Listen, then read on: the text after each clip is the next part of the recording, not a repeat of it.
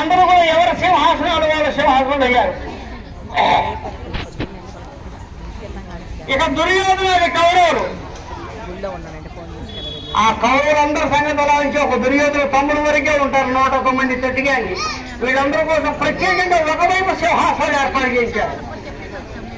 కానీ ఒక ఇద్దరు వ్యక్తులు మాత్రం ఎవరికి కనిపించకుండా ప్రత్యేకంగా కూర్చొని గమనిస్తున్నారు. ఎవరు వాళ్ళిద్దరు? కృష్ణ బలరాములు అలా మాటగా కూర్చున్నారు వాళ్ళ యొక్క ప్రత్యేకంగా.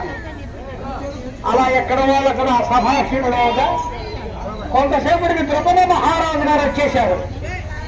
ద్రౌపది మహారాజు గారు వచ్చి తన సింహాసనాన్ని అధిష్ఠించి కూర్చున్నారు. ఇక సభలో సభ్యులందరూ గుసగుసలు మొదలుపెట్టారు.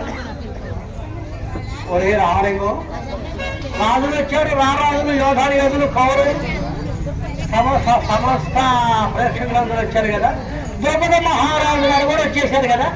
కానీ దీనంతటికీ కథకురాలు, కథానాయకురాలైన వారి కుమార్తె ద్రౌపది రాణి ఏమిటా?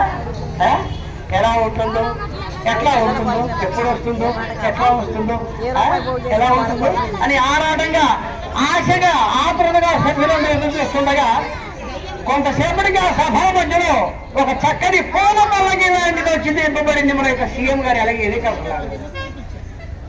ఆ పూల పల్లకి నుండి బంగారపు మేడే ముసుగులో ఉన్నటువంటి ఆ యొక్క ద్రౌపది అతివయ్యారంగా దిగి ఒక్కొక్కడు వేస్తూ హంసనడకతో అలా వచ్చేసి తండ్రి ద్రౌపది మహారాజు గారు ప్రక్కకు వచ్చి నిలబడింది పూలహారం పట్టుకొని. ఇక ఇది చూసినటువంటి సభ్యులందరూ కూడా నోళ్ళు పెట్టారు. ఇక కొంతమంది ఆపుకోలేని వాళ్ళైతే ఆహా ఒరే కోట్లింగం, ద్రౌపది అంటే ఏదో మా పక్కింటి పాపయ్యమ్మలాగా ఉంటుంది అనుకున్నాను, కానీ అమ్మా మా చేయదురా నేనేం పెడితే ద్రౌపది నాకే సత్వైతే అమ్మా అమ్మా అని నానా వస్తువులు పడుతున్నారు. ఇక ద్రౌపది మహారాజు గారు దిగారు లేచి అంటున్నారు, సభ్యులారా, సభాసదులారా, అదిగో చూడండి మా చేయద్రం, ఇదిగో చూడండి నా కుమార్తె ద్రౌపది. జగదేగి పిలువారికి వెళ్ళారు నా తండ్రి.